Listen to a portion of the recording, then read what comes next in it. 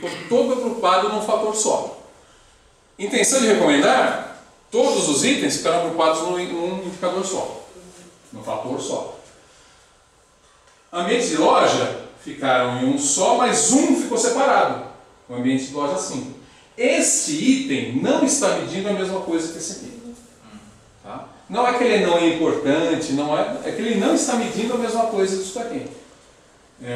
Intenção de trocar também marcou separado num fator. Então, qual é a análise correta que eu tenho que fazer? Removo esse item aqui, que estava na minha escala por algum motivo.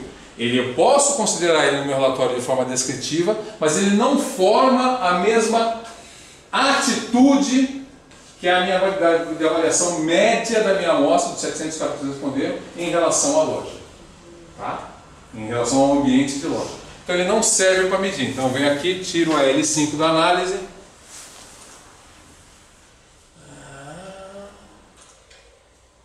Tiro a L5. Dou um OK. Beleza. Aí eu fiquei com 4 fatores e os 4 fatores estão aqui discriminados. Então eu posso fazer a agregação, porque eu sei que isso aqui está medindo a mesma coisa.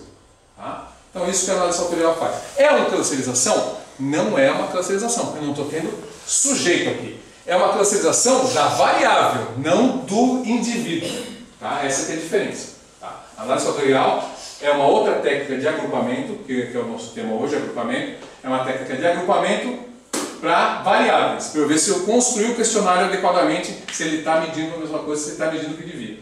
Tá? E aí eu posso fazer uma regressão. Como é que eu faço isso? Junto isso aqui pela média, isso aqui pela média, isso aqui pela média, isso aqui pela média, eu faço a regressão.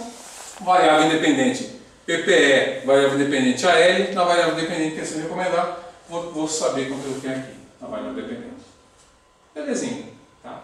Só uma pergunta. Tá. Quando você fez a análise das variáveis naqueles grupos, você descobriu que o L5 estava fora. Isso, ele mede outra coisa. Você resolveu tirar. Tirei. A pergunta é, ele poderia se juntar lá ao IR? Se ele tem uma carga cruzada com outro fator, tiro também. Por quê? Porque é que eu sei que eu preparei, como estava preparando essa aula aqui, eu olhei esse banco. O que é o AL5? É a importância dada ao ar-condicionado da loja. Tá? Ao condicionamento climático da loja. Se ele dá junto com a intenção de recomendar, não tem nada a ver uma coisa com a outra. Então eu tiro ele do mesmo jeito. Eu não posso ter nem itens que não estão medindo corretamente a minha escala teórica, que é a ambiente de loja, e nem que esteja medindo uma coisa que ele não deveria medir. Então eu vou lá e tiro ele. Ele não se ajustou a esta distribuição. Por quê? Porque o que acontece? Quando ela rodou isso no supermercado, a grande maioria das lojas não tinha ar-condicionado. Então ele ficou totalmente fora. Foi uma resposta, deu missing, deu aleatório, não deu carga, então ele se confundiu na escala e não ficou ajustado. Se ele desse uma escala que teoricamente ele não devia dar, tira do mesmo jeito. A análise fatorial tem que garantir que aquilo que você teoricamente mediu, você realmente mediu. Tá? Por isso que elimina. Já cansei de ver relatório de instituto que ninguém sabe o que é. Tá? E outra, essa escala, como ele fez uma observação muito boa, essa escala aqui, alguns itens o meu aluno criou. Tá? Criar a escala é péssimo, criar a escala é tese de doutorado. Tá? Escala já tem que ser validada. Então existem escalas de marketing em livros, em papers, em teses de doutorado, dissertações de mestrado, enfim. Já existem escalas que foram validadas que se você traduzir para o holandês, funciona na Holanda. Se você traduzir para o jamaicano, funciona na Jamaica. Tá? O que eu sempre acho que vou criar uma escala, estou fazendo uma heresia, do ponto de vista de medida. Porque é a minha ótica, e não a ótica média da população. Uma escala validada já foi testada várias vezes. Tá? Então, sempre utilizar escalas previamente validadas. Porra, não tenho uma escala para o meu problema de pesquisa. Adapto uma próxima. Se eu não tenho para seguradora, pego uma de banco e faço o ajuste. Pego uma de, sei lá, debêntures e faço o ajuste. Pego alguma da área financeira. Bom, não existe. Porque o meu negócio é jabuticaba. Só existe aqui no Brasil. Tá? Então, vou desenvolver uma escala. Tem uma metodologia para fazer. E é desgastante. Equivale um desenvolvimento e uma validação de escala equivale a um título de doutorado. Tá? Então, se você quiser defender um doutorado fazendo uma escala nova, é aceito pela comunidade científica, no mundo. não só no Brasil. Ô Evandro, quando você fala que a clusterização tem que ser de atitude, não de comportamento, isso é teoria, né? Não, a técnica poderia clusterizar, mas é mais interessante fazer atitude por causa... Clusterizar. Quando eu falo de consumidor final, quando eu falo de gente, atitude. Tá? Não comportamento. Comportamento eu manipulo mais facilmente, é muito menos firme. Tá? Quando eu falo de, por exemplo, eu vou mostrar um exemplo de clusterização de empresa que é dado de balanço. Aí tudo bem, porque aí é comportamento da empresa, foi o comportamento financeiro da empresa. Tá?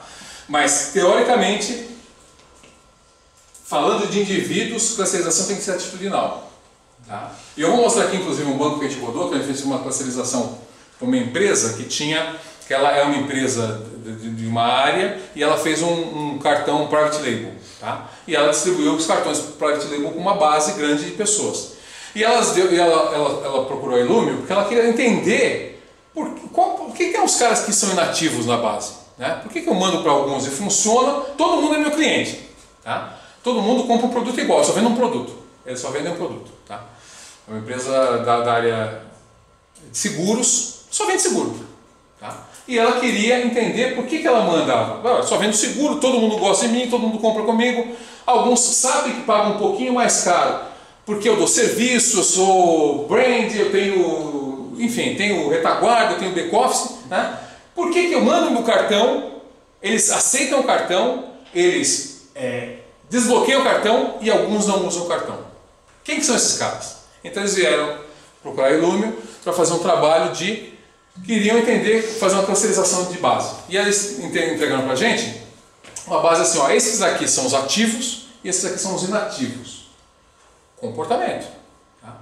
Aí você vai falar com o cara, tem uma parte que é inativo e que tem um cartão que desbloqueou que fala, não tenho esse cartão. Não tenho. Mas ele tem. E aí foi conferido lá no back-office que ele recebeu, assinou, ligou e desbloqueou. Mas ele fala que a atitude dele é... Por quê? Se ele está mentindo? Não, ele não precisava mentir. Ele pegou o cartão e colocou lá na gaveta e está usando o Bradesco que tem milhagem melhor que aquele. E ele deletou. A atitude dele foi pro beleléu. Na cabeça dele, ele nem é cliente daquele cartão. E aí quando a gente foi olhar pelo atitudinal, aí a gente encontrou o cluster. Aí encontrou o fit. Tá? Então, dado de comportamento geralmente não é tão bom como o dado atitudinal. O que acontece? O que vale é o que está no seu coração, o que está na cabeça do cara. Gostou, né? E ó, eu sou corintiano, hein?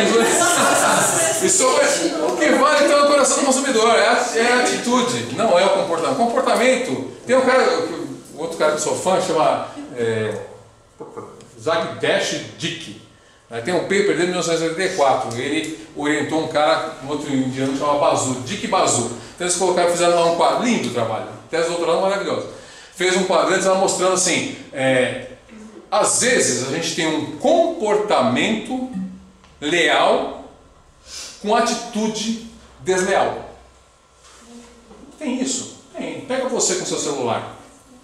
Se viesse uma operadora de celular hoje boa no Brasil, você não mudava?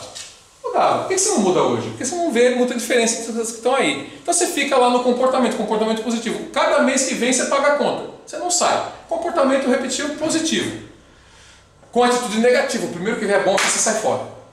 Às vezes é o contrário. Você tem uma atitude extremamente positiva e um comportamento negativo. Eu mesmo. Como eu trabalhei no Walmart há muitos anos,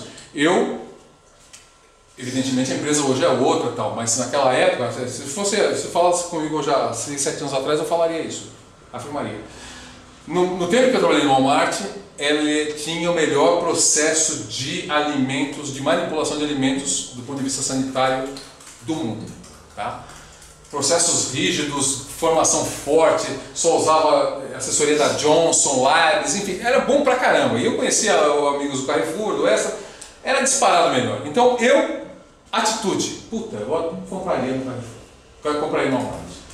Quantas vezes eu fiz compra depois que eu saí no Walmart? Nenhuma. Por quê? Porque não tem nenhuma loja. Na minha casa tem um Pão de Açúcar do lado, um Sonda do outro lado, e andou um pouquinho tem um Carrefour, loja ótima, grande. Eu compro por ali.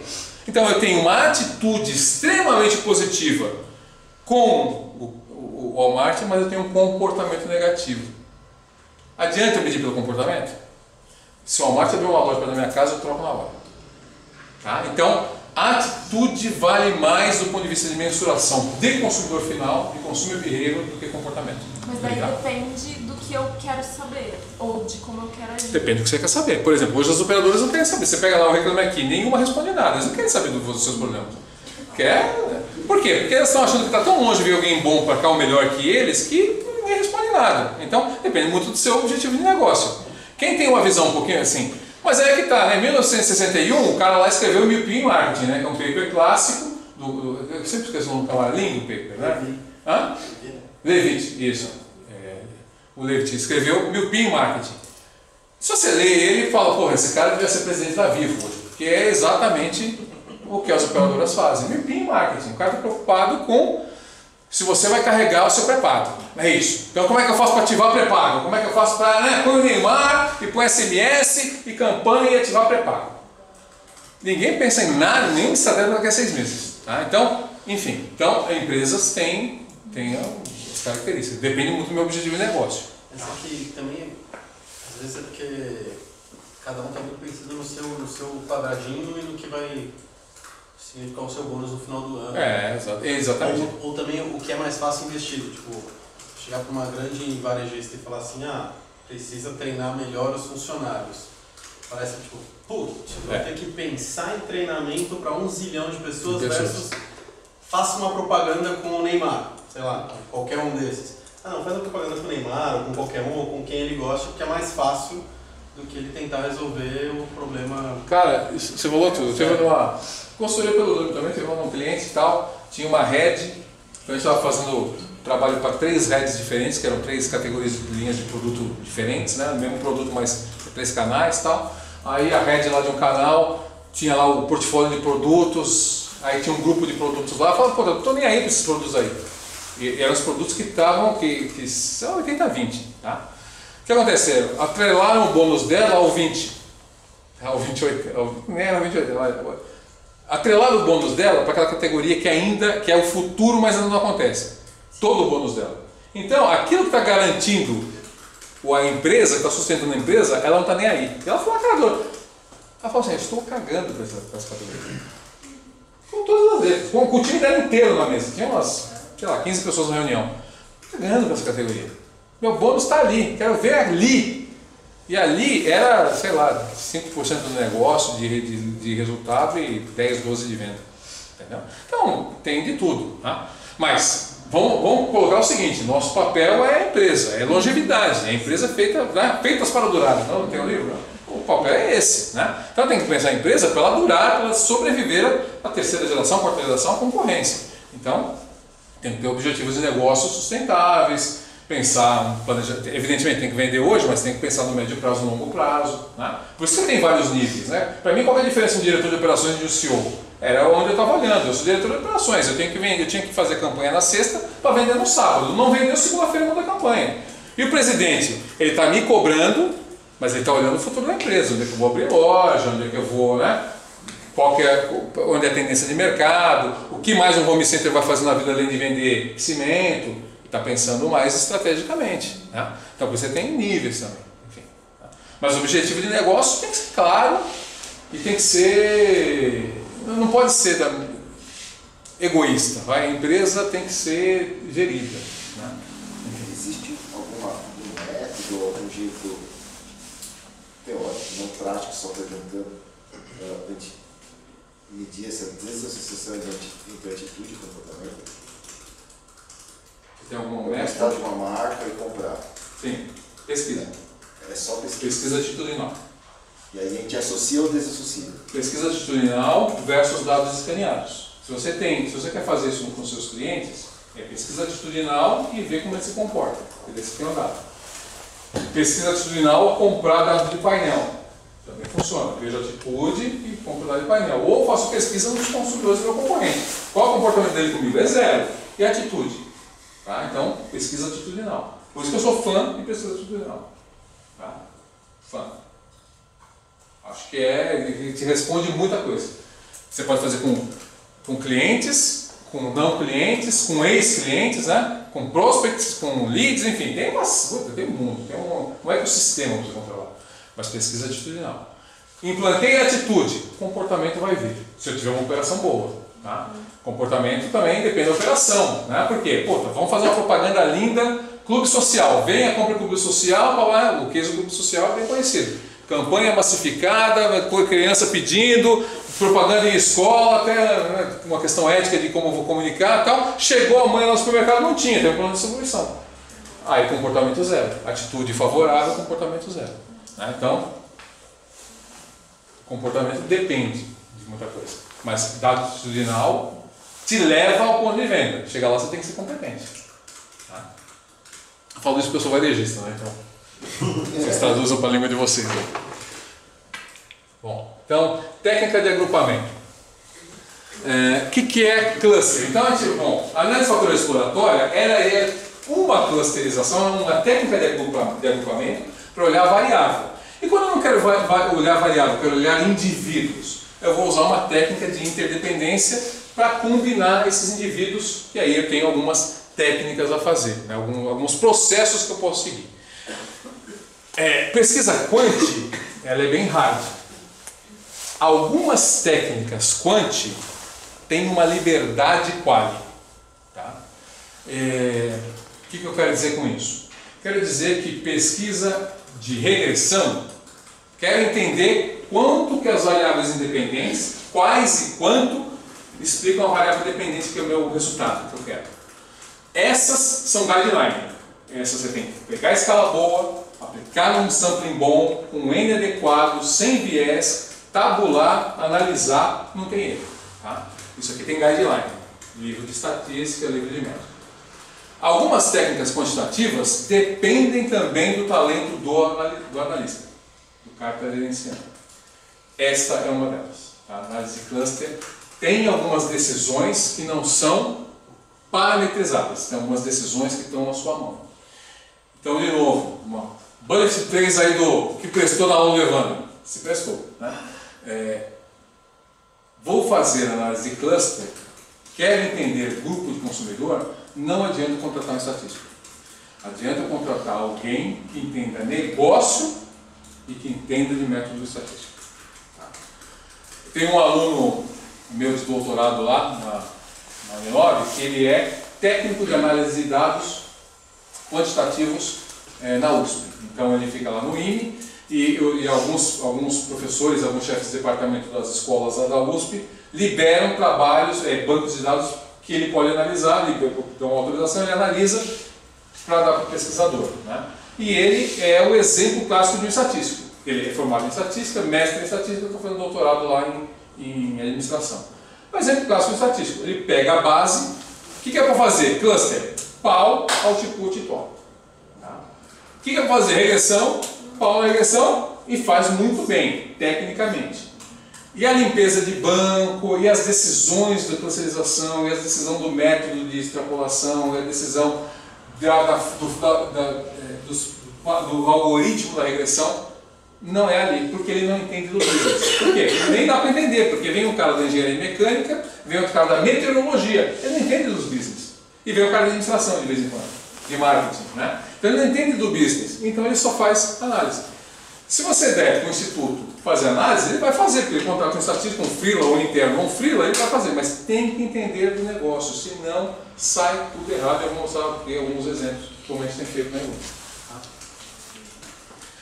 na Então, qual que é a ideia do cluster? É buscar variável que tenha ligação causal entre si, que tenha fundamentos teóricos entre si. Isso pode virar uma causalidade depois. Então eu sempre falo em atitude. Então esse é a principal perspectiva quando eu vou fazer clusterização com o consumidor. A atitude é o que vai me dar os gatilhos para clusterizar. Tá? Então eu tenho que passar por uma boa escala, entender os pressupostos teóricos, quer seja que venha da literatura, quer seja que venha da minha fase qualitativa, quer seja que venha de entrevista com experts. Então eu vou lá, não vou fazer quali, vou fazer um monte de entrevista com os vendedores. Beleza, é uma outra técnica, uma forma de fazer. Mas eu pego os pressupostos teóricos, ponho na escala, faço análise fatorial, identifico as atitudes e aí sim eu vou fazer clusterização. Bom, então aqui um exemplo, clusterização de consumidores de uma marca de bebida energética, que foi outro job lá que a Illumio tocou. Eu coloquei aqui não consumidores, mas na verdade eram consumidores que tinham baixa afinidade com a marca, que trocariam muito facilmente, né? Então aquele caso da atitude fraca, está tendo comportamento. Qual energética você está tomando? Estou tomando marca tal, beleza. E aí vai medir a atitude dele em relação à marca, é uma relação muito fraca. Tá? Ele trocaria muito facilmente, ele não é toda vez também que ele toma, se não tiver para ele não tem problema, é melhor que ele pega outro, enfim. Tá? Então, consumidores e consumidores não fidelizados, vamos colocar assim. Tá? Primeira coisa que a gente fez, quando pegou o banco de dados, foi separar a variável dependente, né? Ou uma das variáveis dependentes, não, uma variável explicativa. Pessoas com baixa identificação com a marca, tá? Aqui a gente ocultou, enfim, mas pessoas com alta identificação. Então vocês não lembram que de vez em quando está cortado a minha letra, que eu coloquei um quadradinho branco ali, então nem sempre. Tá? Mas alta identificação e baixa identificação com um N adequado, né? Um N bem legal. 1.400 respondentes. Então, eu fui olhar primeiro todas as variáveis atitudinais que vieram da onde? Vieram da fase quali. Fase quali não me toca e, na minha opinião, é uma das grandes empresas que tem expertise qualitativa, dado os sócios, dado a formação deles, dado a expertise que já tem embarcado aí nessa perspectiva. Então, eu realmente não entendo de quali, então eu participo muito pouco dessa fase. Quem você falou? Desculpa. A Illumio. O Otávio, o Felipe e o Diego. Acho que a formação na ECA ajuda muito, e eles têm muita experiência em condução de projetos quali, enfim. Né? Então, eu não participo muito dessa fase, eu pego o banco de dados, eu ajudo na parte de estruturação do quant. Então, dado os pressupostos teóricos que vieram da fase quali, que tem muita entrevista também interna, né? Vai falar com força de venda, vai falar com distribuidor, né? No caso aqui era bebidas energéticas, tem um trade aí para você mensurar. Então, foi feito todas as fases, e aí vamos lá, gerou um monte de pressupostos e vamos lá medir isso nos consumidores finais. Então, medir nos consumidores finais, e aí, por análise cluster, a gente identificou quantas pessoas tinham em cada cluster, qual consumidor que era, e aí deu para fazer depois uma formulação de persona para cada consumidor, entendendo aquele grupo que consumia, aquele grupo que não consumia, e depois vamos ver o padrão, os padrões que apareciam dentro de cada cluster entre aqueles que consumiam e os que não consumiam. Tá? Então, cruzando o cluster dado pelas atitudes versus aquela variável de alto envolvimento com a marca e baixo envolvimento com a marca, apareceu isso daqui. 3 clusters com baixa identificação com a marca, 1, 3 e 4, e 2 clusters com alta identificação com a marca, 2 e 5.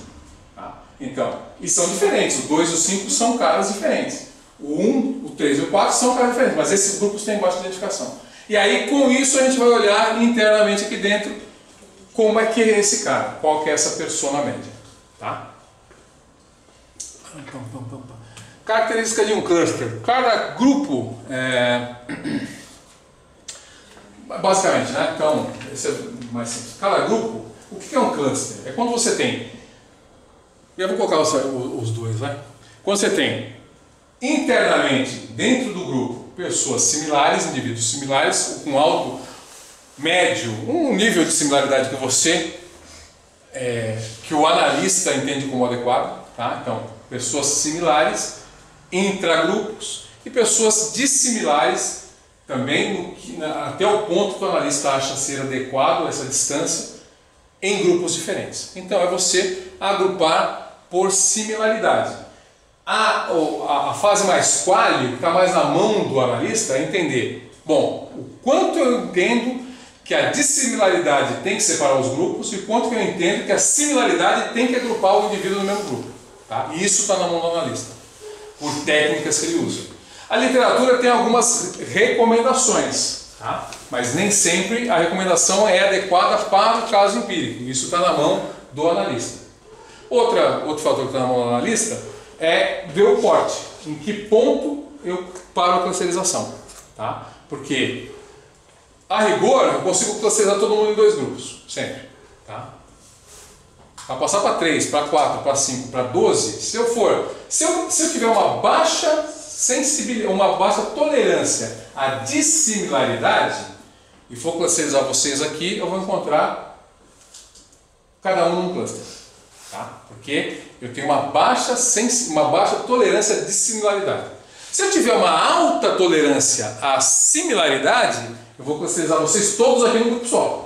Então eu tenho que ter um ponto médio entre a minha tolerância de dissimilaridade com a minha tolerância à similaridade. Eu conseguir agrupá-los de uma forma que eu consiga ter gerenciamento sobre isso. Tá? Por isso tem que entender de negócio. Porque é muito simples eu ser hard e estrito e formar aqui 38 grupos na minha base de clientes. Vou formar 38 grupos, 38 clusters. Beleza. O cluster, ele parte do pressuposto, muitas vezes, que eu tenho que ter ações para isso. Né? Por que eu vou clusterizar se não vou ter ação? Eu tenho que ter ação. Porque a ação é a minha variável independente que eu vou gerenciar e aí vai dar resultado. Se eu tiver 38, eu consigo fazer uma boa gestão? Eu vou conseguir fazer 38 campanhas de comunicação diferentes? Vou conseguir fazer 38 ou ter 38 veículos para acessar cada um dos clusters? Ou ter campanhas de produto e preço adequado para cada um dos 38 clusters? Difícil. E se forem 50? Pior ainda. E se forem 12? Aí já é melhor. E se forem 6? Aí eu acho que eu consigo. E se forem 4? E aí as consultorias caíram para o 4. Tá? E também o 4 é muito lindo, né, para você explicar. Porque eu não preciso ter um grande malabarismo matemático para fazer um quadrante. Né? Então eu vou lá e faço um quadrante. É bonito, né? Quadrante é sempre lindo. Quadrante. Uma vez eu contratei uma consultoria que ela era bem audiovisual. Vai? Ela vinha com um bonequinho, né, de uma figura, era um cubo que ela abria assim as quatro. Era um cubo formado por 4 cubinhos. Né? E aí cada faceta do cubo tinha uma característica daquele cluster. Né? Então ela vinha trazendo as cores do logo da empresa, tá? Bem bacana, bem audiovisual. Né? E aí daí eu falei, pô, agora eu quero fazer com compradores de pessoa jurídica. Ela veio com um cubinho, formado por 4 cubos. Ah, legal. Vamos fazer agora com compradores da internet? Ela veio com outro cubinho. Eu falei, mas tudo dá cubinho para você? A gente força para dar 4. Você força para dar 4. Por quê? Para não sair do meu padrão do meu cubinho. Eu falei, pô, cara, eu queria um diamante, eu queria um hexágono, né? Não, tem um cubinho. Né? Então por quê? Porque fica legal, né? Porque assim, a gente aprende a ser bem binário, né? Então eu tenho o alto e o baixo e o alto, né? Então eu venho aqui, faço um quadrante e falo, ó, vamos clusterizar em 4. Esse aqui é o seu alto baixo, aqui é seu baixo baixo, seu alto baixo e alto alto. Pronto. E aí eu resolvi. Estas soluções prontas são absurdo. São absurdo. Porque você está tendo uma grande tolerância de similaridade. Ou, ao contrário, você está colocando nego aqui muito diferente, ou está colocando nego igual ou muito diferente. Isso o cluster era para dar 3. Isso era para dar 8. Isso era para dar 6. Né? Então tem que ter a conhecimento da gestão. Não pode fazer a matemática pela matemática. Tá? Então, o que vocês vão mais uma vez na vida é contratar um instituto e vir um cubo bonito. Né?